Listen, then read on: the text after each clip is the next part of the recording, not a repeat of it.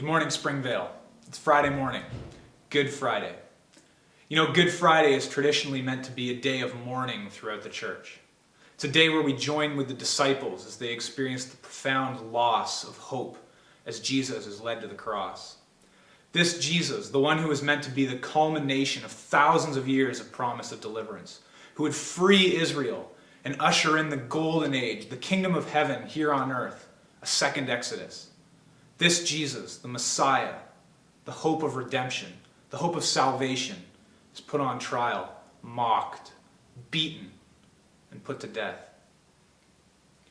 You know, it's believed by some that Judas, the one who betrayed Jesus, was attempting to jumpstart this messianic promise by forcing a retaliation, forcing a reaction from Jesus if he could just get him to do what they all believed he was capable of.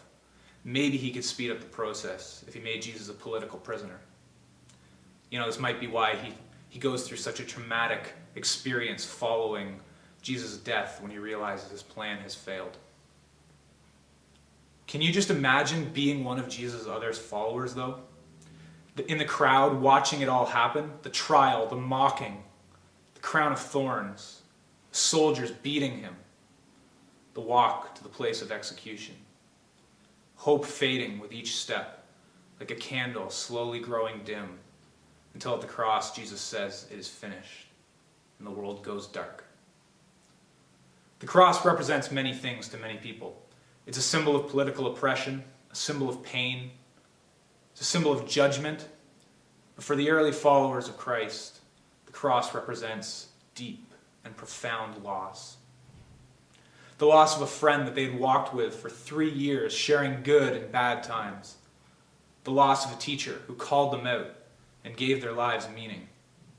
Most significantly, though, the cross represented for them the loss of hope, a failed promise by a God who had abandoned them. You know, there's times in our own lives when we feel just like that. We feel as though hope has been stripped away and God has given up on us. See, the power of Easter is found in the words of Jesus on the cross as he cries out, my God, why have you forsaken me?" God himself experiencing this loss. Hope is a powerful thing.